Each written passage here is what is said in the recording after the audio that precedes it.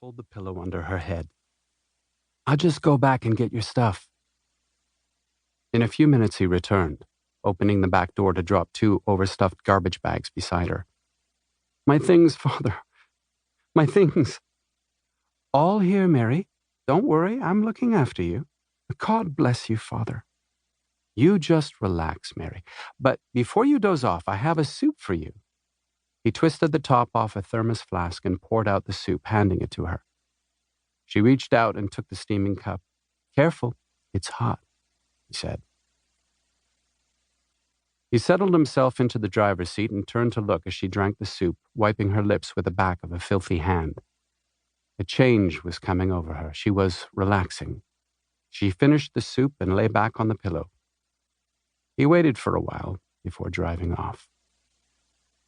It was still snowing, and it took about half an hour to reach the old port. Big, leafy flakes of snow were settling everywhere, and the expanse of the port was a white field disturbed only by the tracks of the van, tracks that disappeared in minutes under the snow. The old port had been converted to parkland and open spaces where Montrealers could stroll along the edge of the St. Lawrence River. In the middle of a December night, it was deserted, and he parked the van close to the metal and concrete railing that marked the river's edge. Then he turned in his seat and leaned back to check her neck for a pulse. There wasn't one. He was surprised at how difficult it was to get her out of the van. She seemed heavier than when he had helped her down from her perch, and her bulky clothing made her difficult to handle. He had imagined this moment many times, carrying a weightless angel in his arms, and he cursed himself when all he could do was drag her out feet first, letting her shoulders and head take the brunt of the fall to the pavement. Air escaped from her lungs with an animal grunt, and for a second he feared that she wasn't dead. He checked for a pulse again, then dragged her to the railing and stood her up, holding the back of her neck to stop her falling. He wanted the river to take her home. He let go of her neck, and she pitched forward.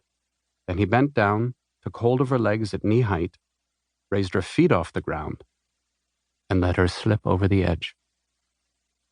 He cursed himself again when he heard a thud but no splash, and looked down at the dark pile below him.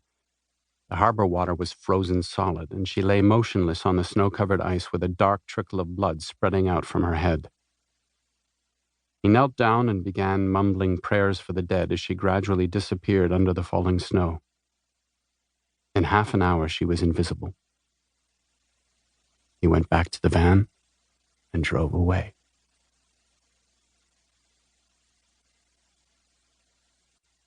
Two, December 24th, 11:45 p.m. Patsy Cline was singing in the dark of loss and despair while Vanier sat half listening, his thoughts wandering off on long tangents and then returning to the song. The ringtone shook him, and he had to focus to find out where it was coming from. He saw the blinking green light of the cell phone on the floor, rose from the armchair, and picked it up. "Hello? Sorry to disturb you this time of night, sir, but they're collecting bodies down here." Vanier reached for the glass of Jameson and listened to the familiar voice. He didn't tell Detective Sergeant Laurent that he had been awake, sort of, or that he was glad to have some contact on Christmas Eve. "Explain." "They've found 5 bodies tonight. That beats all the averages.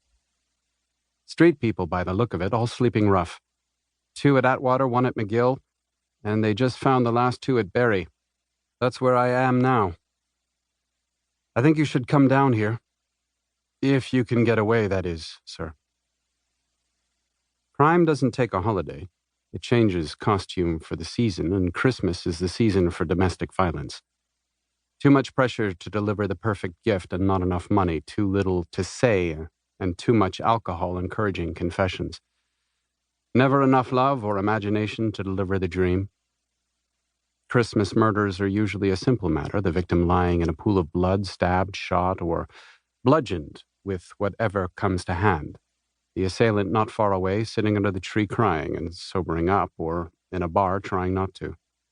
They're easy cases and good ones for a new officer to cut his teeth on. Even the non-domestics were supposed to be...